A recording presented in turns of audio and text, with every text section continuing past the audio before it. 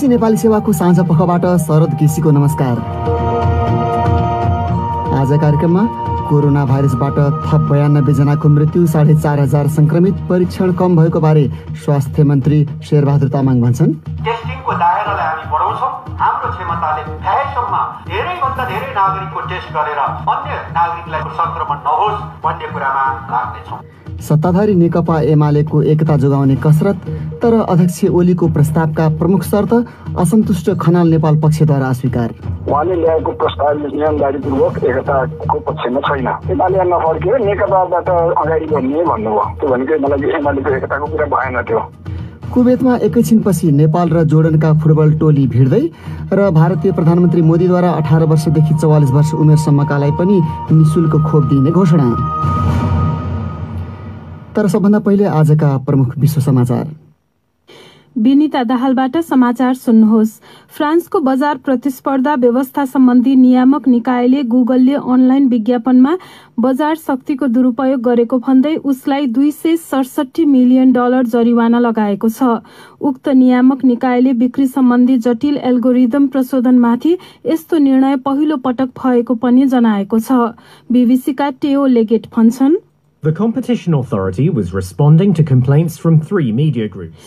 तीनवटा संचार समूहहरूले अनलाइन विज्ञापनमा गुगलले एकाधिकार जमाएको आरोप लगाएपछि यो मुद्दा सुरु भएको हो। गुगलले प्रतिस्पर्धीलाई हानि हुने गरी आफ्नै विज्ञापन प्रविधिलाई अनुकूल व्यवहार गरेको भन्दै निर्णय सुनाएको छ। बीबीसीका टेओ लेगेटको भनाई, गुगलले आफू अनुकूलका केही अभ्यासहरू अन्त्य गर्न सहमति जनाएको छ। पाकिस्तानका प्रधानमन्त्री इमरान खानले देशको दक्षिणी क्षेत्रमा 2वटा यात्रुवाहक रेल जुधेर भएको दुर्घटनाको बृहत अनुसन्धान गरिने बाचा गरेका छन्। उक्त दुर्घटनामा मृत्यु हुनेको संख्या 40 नागेको छ। सिन्ध प्रान्त स्थित घोटकी जिल्लामा लिकबाट बाहिरिएको एउटा रेल दोस्रो रेलमा जोतिन पुगेपछि भएको उक्त दुर्घटनामा दर्जनौं घाइते भएका छन्। रेलमा अझै कति मानिस अड्किएका छन् भन्ने यकिन नभएको उक्त क्षेत्रका सहायक आयुक्त उस्मान अब्दुल्लाहले बताए। उनी भन्छन्, कति मानिस थिए भन्ने अन्दाज गर्न कठिन छ, किनभने केहीलाई स्वयंसेवकहरूले निकालिसकेका छन्। 6 देखि 8वटा रेलका डिब्बाहरूमा नराम्ररी क्षति पुगेको छ। यतापट्टि करिब 50 जना मानिस थिए भने उतापट्टि पनि 50 देखि 60 जना छन्। क्षेत्रीय एक अधिकारीको भनाई। इजरायली धार्मिक राष्ट्रवादीहरूले जेरुसलेममा गर्ने भनेको र्यालीलाई आयोजकहरूले रद्द गरेका छन्। प्रहरीले पुरानो शहरको मुस्लिम क्वार्टर हुँदै र्याली गर्ने मार्ग अस्वीकृत गरेपछि उक्त कार्यक्रम रद्द गरिएको हो।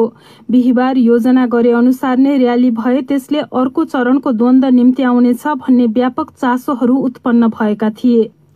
तपाई बीबीसी नेपाली सेवाको साँझ पख सुनिरहनु भएको छ। भारतीय प्रधानमन्त्री नरेन्द्र मोदीले कोरोना भाइरस विरुद्धको खोप नीतिमा ठूलो परिवर्तन गर्दै 18 वर्षभन्दा माथिका सबैलाई कोरोना भाइरसको खोप निशुल्क दिइने बताएका छन्। टेलिभिजनबाट गरिएको सम्बोधनमा प्रधानमन्त्री मोदीले महामारीसँग लड्ने एउटा उपाय भनेकै खोप भएको बताए।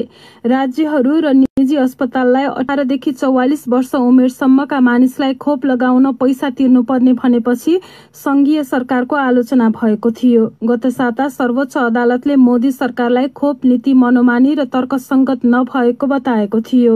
भारतकै अर्को प्रसंगमा दक्षिण पश्चिम तट पार एउटा द्वीपमा रहेका हजारौं मानिसहरूको समूहले सरकारले ल्याउन लागेको नयाँ नियमहरूको विरोध गरेका छन्। अरब सागर स्थित द्वीपहरूको समूह लक्षद्वीपमा बस्ने धेरै मानिसहरू मुस्लिम हुन्। स्थानीय अधिकारीहरूले उक्त द्वीप पर्यटनका लागि खोल्न र निर्वाचन प्रक्रिया परिवर्तन गर्न प्रस्ताव गरेका छन्। विपक्षीहरूले भने हिन्दू राष्ट्रवादी सरकारले द्वीपमा बस्नेहरूको जनजीवनमा खतरा निम्ति आउने प्रयास गरेको आरोप लगाएका छन्।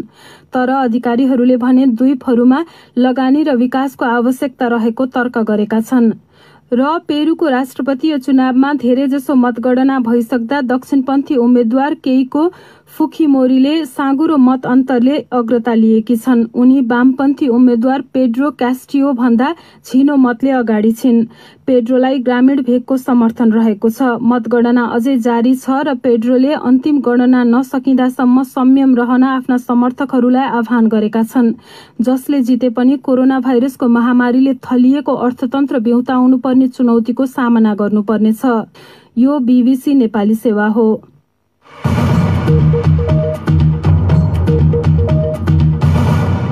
साँझपखमा तपाईलाई स्वागत छ। नेपालमा कोरोना भाइरसबाट थप 92 जनाको मृत्यु भएको छ। यससँगै मृतकको संख्या 8000 नजिक पुगेको छ। स्वास्थ्य तथा जनसङ्ख्या मन्त्रालयका अनुसार पछिल्लो 24 घण्टामा थप 4500 जना संक्रमित फेला परेका छन्। करिब 18000 नमुना परीक्षण गर्दा ती संक्रमित थपिएका हुन्। त्यस अवधिमा थप करिब 7000 संक्रमित निको भएका छन्। नेपालमा अहिलेसम्म कुल संक्रमितको संख्या 5,91,000 को हाराहारीमा पुगेको छ, जसमध्ये अहिले 18,000 भन्दा धेरै सक्रिय संक्रमित छन्। तीमध्ये 7,000 भन्दा धेरै संक्रमित संस्थागत आइसोलेसनमा छन्। गम्भीर बिरामी भएका 1400 भन्दा धेरैको आइसियु र करिब 400 जनाको भेन्टिलेटरमा उपचार भइरहेको छ। गत साता नियुक्त भएका स्वास्थ्य तथा जनसङ्ख्या मन्त्री शेरबहादुर तामाङले कोरोना भाइरसको संक्रमण नियन्त्रणबारे आफ्ना विभिन्न प्रतिबद्धताहरू सार्वजनिक गरेका छन्। स्वास्थ्य मन्त्रीका रूपमा उनले आज पहिलो पटक पत्रकार सम्मेलन गरेर ती प्रतिबद्धता प्रकट गरेका हुन्। दोस्रो मात्रा खोप लगाउन नपाएका ज्येष्ठ नागरिकहरूका सन्दर्भमा पनि उनले सरकारी योजना सुनाएका थिए भन्छन् साथी विष्णु पोखरेल। भर्चुअल माध्यमबाट भएको उक्त पत्रकार सम्मेलनमा मन्त्री तामाङले विगतमा स्वास्थ्य मन्त्रालयले गरेका कतिपय निर्णय विवादित भएको प्रसङ्ग कोट्याउँदै आफ्नो पालामा पारदर्शिता अपनाइने प्रतिबद्धता जनाएका थिए। पत्रकार सम्मेलनको सुरुमै उनले आफ्नो मुख्य प्राथमिकता यसरी सुनाए।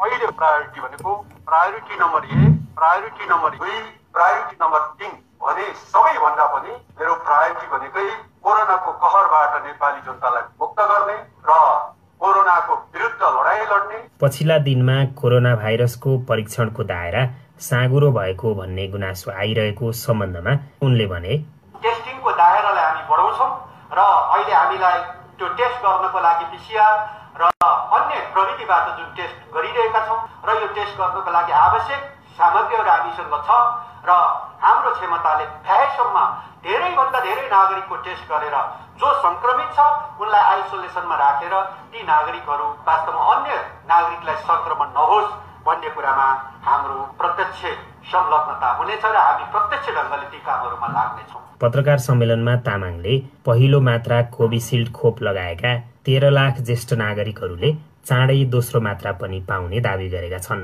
यद्यपि उनले उक्त खोप कसरी प्राप्त हुन्छ भन्ने खुलाउन सकेनन्। गएको फागुनमा पहिलो मात्रा लगाएका 65 वर्षमाथिका नागरिकहरूले समय घर्की सक्दा पनि दोस्रो मात्रा लगाउन पाएका छैनन्। मन्त्री तामाङले कोरोना भाइरसको तेस्रो लहरमा बालबालिकालाई धेरै असर पर्न सक्ने ठानेर मन्त्रालयले काम सुरु गरिसकेको बताए। कोभिड बिरामीले विशेष गरी सरकारी अस्पतालमा उपचार नपाउने र निजीमा चर्को उपचार खर्च तिर्नु परेको गुनासो आइरहेको बारे तामाङले अब मन्त्रालयले त्यसको प्रभावकारी अनुगमन गर्ने प्रतिबद्धता जनाएका छन्। कतिपय जानकारहरूका भनाइमा महामारीकै बीचमा फेरिएका तेस्रा स्वास्थ्य मन्त्री तामाङले नियुक्ति लगत्तै जनाएका यी प्रतिबद्धताहरू पनि उनका पूर्ववर्तीका भन्दा खासै फरक छैनन्। विष्णु पोखरेल, BBC, काठमाडौँ। अब तपाईकै प्रतिक्रिया र टिप्पणी साथीहरू रमा पराजुली र विनिता दाहालबाट। आज सामाजिक सञ्जाल फेसबुक र ट्विटरमा हामीले सोधेको प्रश्न थियो, कोभिड महामारी विरुद्धको संघर्षमा प्रमुख भूमिका रहेको स्वास्थ्य मन्त्रालयमा महामारी बीच 3 पटक नेतृत्व परिवर्तन भएको छ। महामारीको परिस्थितिमा 3 जना स्वास्थ्य मन्त्री फेरिनुलाई कसरी हेर्नु भएको छ?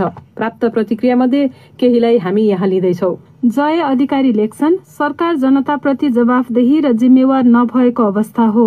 यो स्वास्थ्य संकटको विषम परिस्थितिमा मन्त्रालयमा को आयो गयो भन्दा पनि स्वास्थ्य मन्त्रालयले जनताको ज्यानको रक्षाका लागि के गर्यो अनुहार मात्र नयाँ भएर हुँदैन, काम पनि पर्याप्त र द्रुत गतिमा गर्नुपर्छ।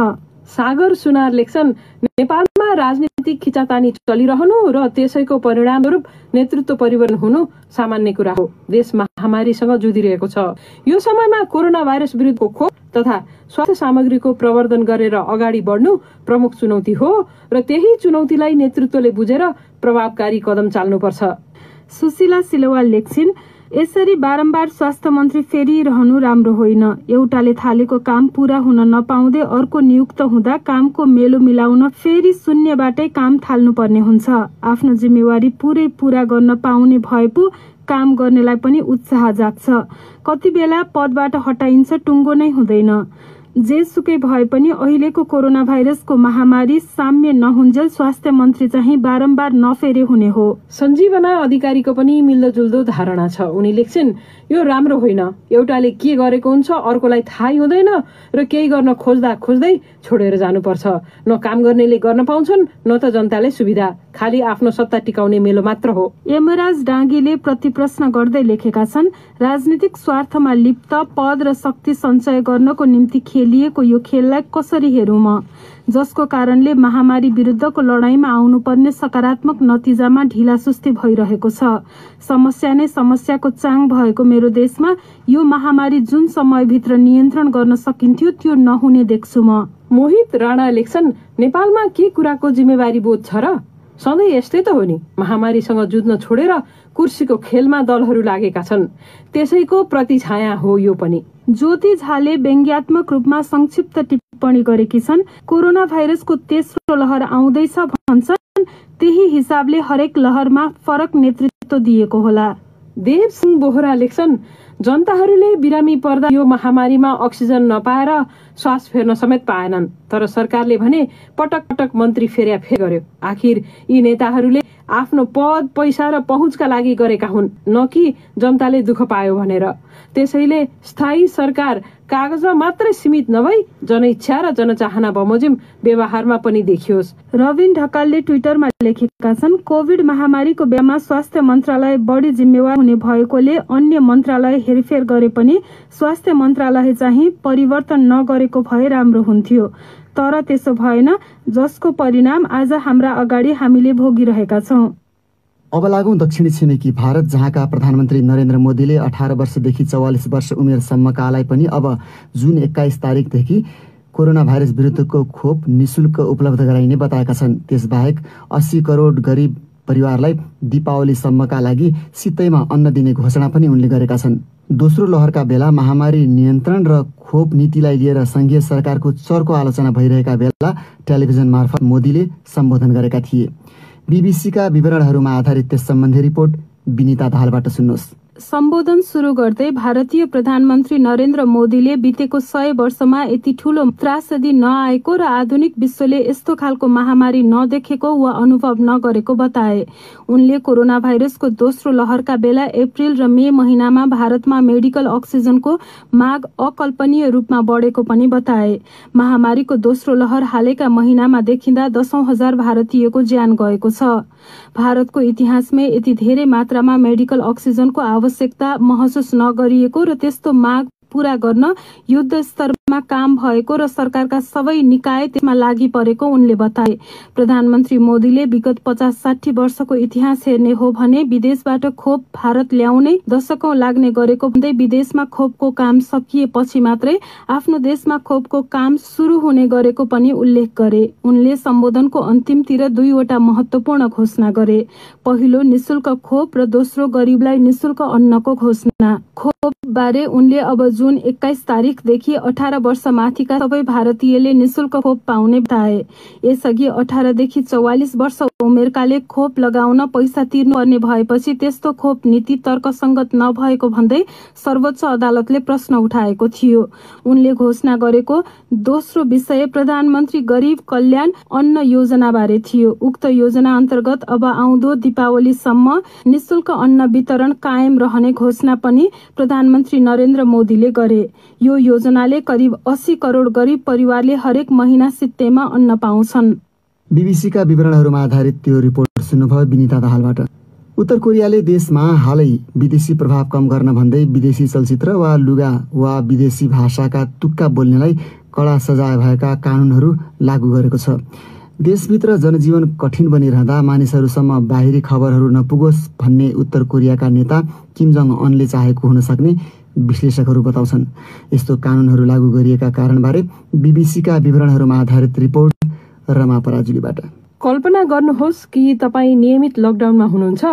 तपाईसँग इन्टरनेट वा सामाजिक सञ्जाल छैनन् र टिभीमा राज्य नियन्त्रित केही च्यानल आउँछन् जसमा नेताहरूले तपाईँलाई सुनाउन चाहेका कुरा मात्रै बच्छन्। यो उत्तर कोरियाको जीवन हो र अब त्यहाँका नेता किम जङ अनले यसलाई थप कडा बनाएका छन्। उनले प्रतिक्रियावादी सोच विरुद्ध भनेर नयाँ कानूनहरू लागू गरेका छन्। अब दक्षिण कोरिया, अमेरिका वा जापानका चलचित्रको ठूलो संख्यासहित पक्राउ परेकाहरूलाई मृत्युदण्ड दिइनेछ। हेर्नेलाई मात्रै पनि 15 वर्षको जेल शिविर तोकिएको छ र ती कानून हेर्ने कुरामा मात्रै सीमित छैनन्। हालै किमले सरकारी मिडियामा एउटा पत्र लेख्दै युथ लीगलाई युवाहरू एकाङ्की र असामाजिक व्यवहारलाई नियन्त्रण गर्न भने। उनले खतरनाक विष भन्दै विदेशी भाषा बोल्न, कपाल काट्ने तरिका र लुगा रोकिनुपर्ने बताए। उत्तर कोरियाभित्र स्रोत भएको सोलको अनलाइन पत्रिका डेली एनके को समाचार अनुसार हालै 3 युवालाई केपअप गायकको जस्तो कपाल काटेको र पाइन्ट कुर्कुच्चामाथि हुने गरी लगाएको आरोपमा पुनः शिक्षा शिविरमा पठाइयो। बीबीसीले यो कुरा पुष्टि गर्न सकेको छैन।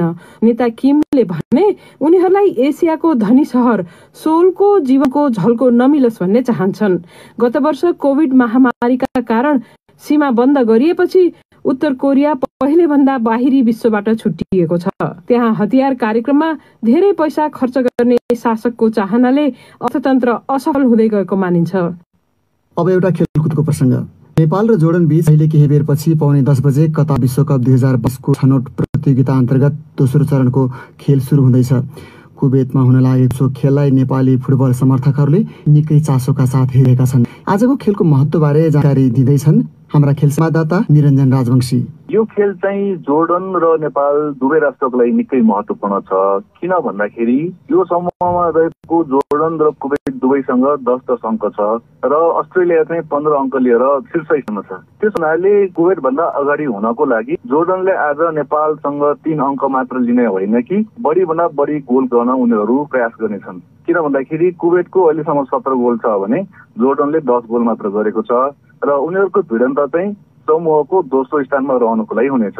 नेपालको लागि चाहिँ यो म्याच किन महत्त्वपूर्ण छ भन्दाखेरि यदि आजको म्याचमा जोर्डनसँग नेपालले 1 अङ्क मात्र लिन सक्यो भने पनि सन् 2023 मा हुने एसियन कपको लागि अन्तिम छनौटमा पुग्ने एउटा बाटो चाहिँ अलिक खुकुलो हुन सक्छ। त्यसले गर्दाखेरि नेपाल 14 वटा राष्ट्रभित्र पर्न सक्छ 2023 को लागि। त्यसले गर्दाखेरि नेपालको लागि पनि यो म्याच निकै महत्त्वपूर्ण छ। नेपाल आशावादी हुने आधारहरू चाहिँ पछिल्लो चरणमा के देखिन्छ, के छ? नेपालले जुन खालको तयारी गर्यो, कुवेतको मैदान जहाँ चाहिँ एकदमै बढी गर्मी छ, अहिले बेलुका कुवेती समय अनुसार 7 बजे खेल सुरु हुँदाखेरि झन्डै 40-42 डिग्रीको तापक्रममा खेल्नुपर्छ। तर 10-11 दिन अगाडि नै कुवेत पुगेको हुनाले नेपालले त्यो वातावरणमा भिजिसकेको मान्न सकिन्छ। एउटा चाहिँ नेपालको राम्रो पक्ष त्यो हुन गएको छ। र अर्को जुन 2 म्याच भयो, एउटा मैत्रीपूर्ण म्याच इराकसँग खेल्दाखेरि नेपाल 6-2 ले हारे पनि विपक्षमा सुधार गर्ने मौका पायो र दोस्रो हामीले चाइनिज ताइपेसँग को खेलबाट सुरु गर्न पायौं र चाइनिज ताइपेलाई 2-0 ले हराएपछि नेपाली खेलाडीहरूको मनोबल चाहिँ निकै उच्च छ। यो उच्च मनोबलका साथ यदि खेल्यो भने चाहिँ जुन पहिलो लेगमा चाहिँ जोर्डनमा गएर खेल्दाखेरि नेपाल 3-0 ले पराजित भएको थियो भने यदि हामीले आज जुन प्रशिक्षक अब्दुल्लाले भने जस्तै रक्षात्मक मात्र भएर नखेल्ने, समय समयमा आक्रमण पनि गर्ने र विपक्षीलाई चाहिँ दबाब दिने भने जुन रणनीति बुनेको छ नेपाली प्रशिक्षकले, त्यो रणनीतिमा अलिकति काम गर्यो भने चाहिँ मेरो विचारमा जोर्डनसँग नेपालले एउटा कडा टक्कर चाहिँ दिन सक्छ। जोर्डन र नेपालको स्थान विश्व वरियतामा कहाँ छ, कति फरक छ, कति भिन्नता छ यी बीचमा, दुईटाको बीचमा? अहिले जोर्डन चाहिँ फिफा विश्व वरियतामा अहिले 95औं स्थानमा छ भने नेपाल चाहिँ 171औं स्थानमा छ। त्यो हिसाबमा चाहिँ जोर्डन निकै बलियो प्रतिद्वन्दी हो र अर्को उनीहरूको बलियो पक्ष भनेको चाहिँ कुवेतमा खेल्दैछ, जुन जोर्डनको लागि चाहिँ घरेलु भूमिमा खेले बराबरको फाइदा छ, जुन चाहिँ नेपाललाई छ। किनकि यो खेल चाहिँ वास्तवमा नेपालमा हुनुपर्ने थियो र कोरोना महामारीले नेपालको खेल कुवेतमा सरेको हुनाले चाहिँ जोर्डनलाई चाहिँ बढी फाइदा छ, वरियता पनि उनीहरूको त्यो वातावरणमा पनि। त्यसपछि जुन खेलाडीहरू छन् जोर्डनको टिममा, कतारको लिगमा, त्यसपछि इराकको लिगहरूमा खेलिरहेका खेलाडीहरू बढी छन् त्यहाँ। अन्तिममा निरञ्जनजी, जोर्डनसँग आजको खेल हार्यो भने पनि नेपालले के एसियन कपको अन्तिम चरणको छनौटमा पुग्ने सम्भावना जीवितै रहन्छ? नेपालको प्रयास भनेको चाहिँ 14औं स्थानमा रहने त नेपालको लगभग पक्का पक्की नै छ। त जुन 8वटा समूह छ एसियाबाट विश्वकप छनौटको, त्यो छनौटमा 8वटा राष्ट्र चाहिँ चौथो हुन्छ। त्यो 8 मध्ये हामी शीर्ष 4मा रहने चाहिँ हाम्रो प्रयास हो। त्यो प्रयासको लागि चाहिँ कम्तीमा पनि जोर्डनसँग 1 अङ्क चाहिँ नेपालले लिन सक्नुपर्छ।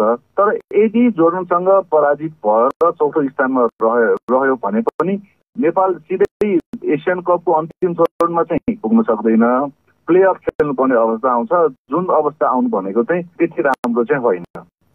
उनी थिए निरञ्जन राजवंशी। अब अर्को विषय, नेकपा एमालेका अध्यक्ष केपी शर्मा ओलीलाई उनकै पार्टीको असन्तुष्ट पक्षले लिखित रूपमा लामो जवाफ फर्काएको छ।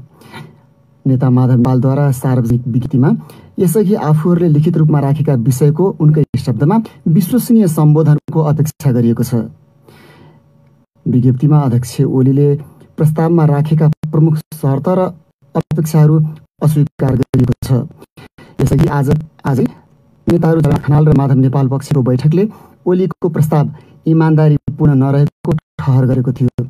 उक्त बैठकका सम्बन्धमा साहित्य प्रदीप बस्यालले तयार पारेको एक रिपोर्ट सुन्नुहोस्। एकताको निम्ति ओलीले सार्वजनिक गरेको प्रस्तावमा केही शर्तहरू छन्, जसमा उनले असन्तुष्ट समूहबाट कतिपय कुरा अपेक्षा गरेका छन्। त्यस्तै आफ्नो पक्षबाट गरिने केही विषयहरू प्रस्तुत गरेका छन्। त्यसमध्ये 2075 जेठ 3 गते अघिको अवस्थामा पार्टीलाई अघि बढाउने भन्ने एउटा प्रस्ताव हो।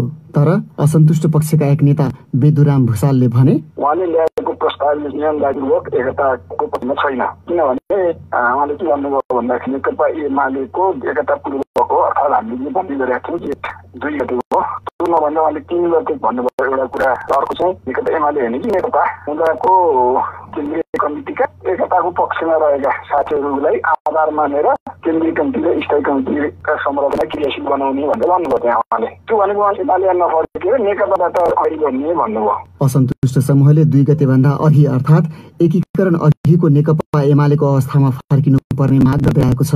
प्रतिनिधि सभा विघटन विरुद्ध सर्वोच्च अदालतमा दायर रिट निवेदनमा गरिएको एमाले सांसदहरूको हस्ताक्षर फिर्ता लिनुपर्ने ओली चाहन्छन्।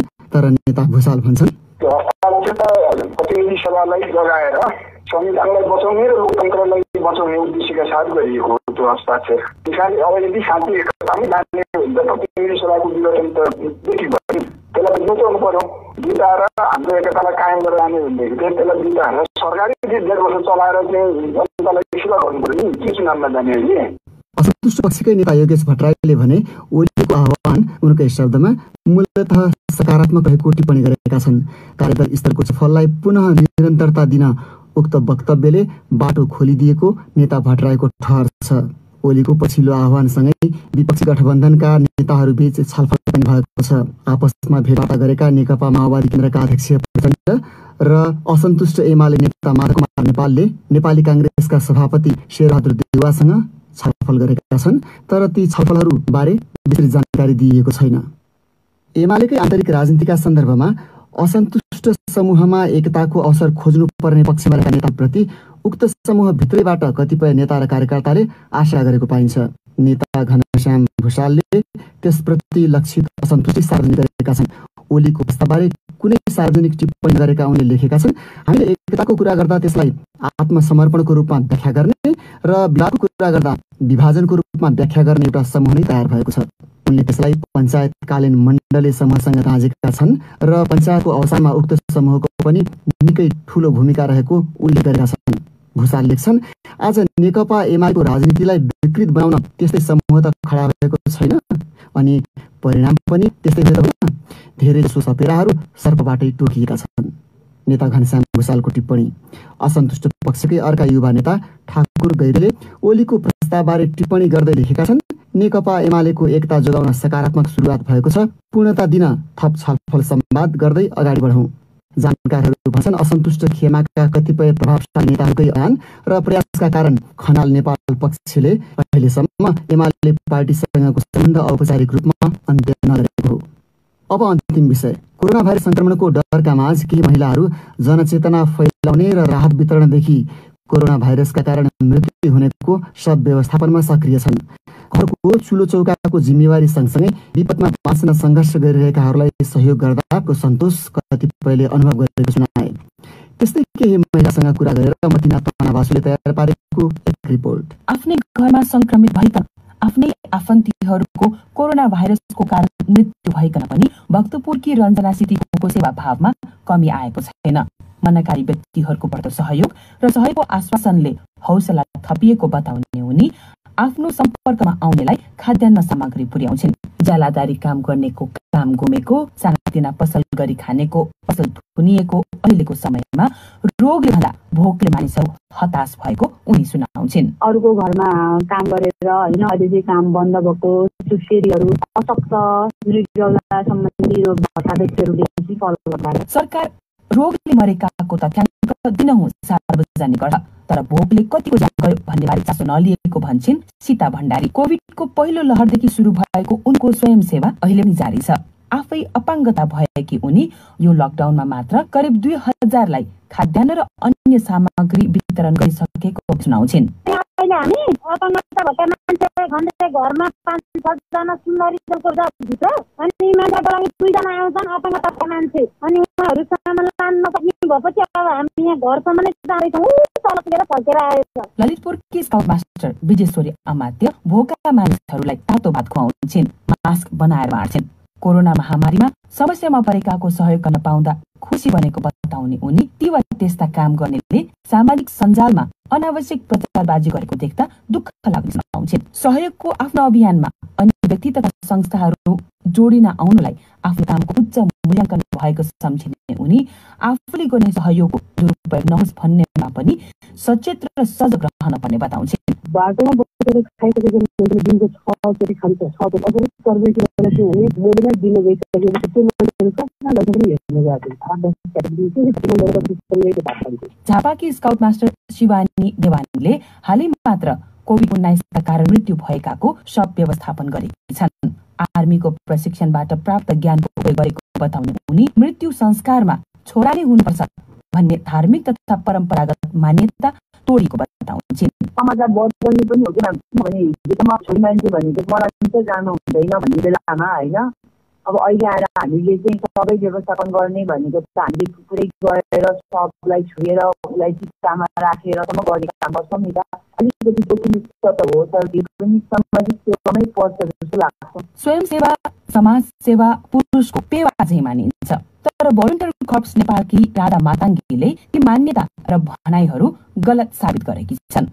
कोभिडको पहिलो लहरदेखि देशको कुना काप्चामा सहयोग गर्न खटिएकी उनी पैसा वा पदले सेवाभाव र आत्मविश्वास नजगाउने भन्छन्। मन हुनुपर्छ, मन भइसकेपछि हाम्रो सबै यहाँ प्रयोग गर्नुहुन्छ। अहिले मलाई देश विदेशबाट यति दाइहरूले दादा बहिनी के गर्नुपर्छ हामी पठाउँछौँ, तिमीले कुन ठाउँ देखेको छ समस्या, कहाँको जनता चाहिँ हामीले सहयोग गरेको चाहिँ उहाँहरू राम्रो हुन्छ आफै सोध्नुहुन्छ क्या। अहिले यो राज्यको लागि जति पुरुषको कर्तव्य छ मेरो पनि छ, मैले पनि गर्नुपर्छ, अगाडि बढ्यो भने सबै कुरा म्यानेज हुँदो रहेछ। पछिल्लो समय कोभिड महामारीमा औपचारिक क्षेत्रसँग आबद्ध अग्रपङ्क्तिमा सेवारत व्यक्तिहरूको योगदानको चर्चा बढेको छ। यो सँगै स्वतस्फूर्त सेवाभावले गरिब दुखीको सेवा लागेकाको पनि चर्चा गर्ने वातावरण बनाउन सके त्यसले अझै धेरै सक्षम महिलाहरू आपद विपदमा सहयोगको लागि अगाडि आउने अनुभवीहरू बताउँछन्। मतिना बासु, BBC काठमाडौँ। अब अन्त्यमा प्रमुख विश्व समाचार संक्षेपमा। बजार प्रतिस्पर्धा व्यवस्था सम्बन्धी नियामक निकायले ठूलो रकम जरिवाना लगाएपछि गुगलले अनलाइन विज्ञापनमा आफू अनुकूलका केही अभ्यासहरू अन्त्य गर्न सहमति जनाएको छ। यहुदी धार्मिक राष्ट्रवादीहरूले जेरुसलेममा आयोजना गर्न लागेको यो वर्षको विवादास्पद र्याली प्रहरीको असहमतिका कारण रद्द भएको छ। पाकिस्तानका प्रधानमन्त्रीले देशको दक्षिणी भागमा 40 भन्दा बढी मानिसको ज्यान जाने गरी भएको रेल दुर्घटनाको विस्तृत अनुसन्धान गरिने वाचा गरेका छन् र भारतीय प्रधानमन्त्री नरेन्द्र मोदीले कोरोना भाइरस विरुद्धको खोप नीतिमा ठूलो परिवर्तन गर्दै 18 वर्ष माथिका सबैलाई कोरोना भाइरसको खोप निशुल्क दिइने बताएका छन्।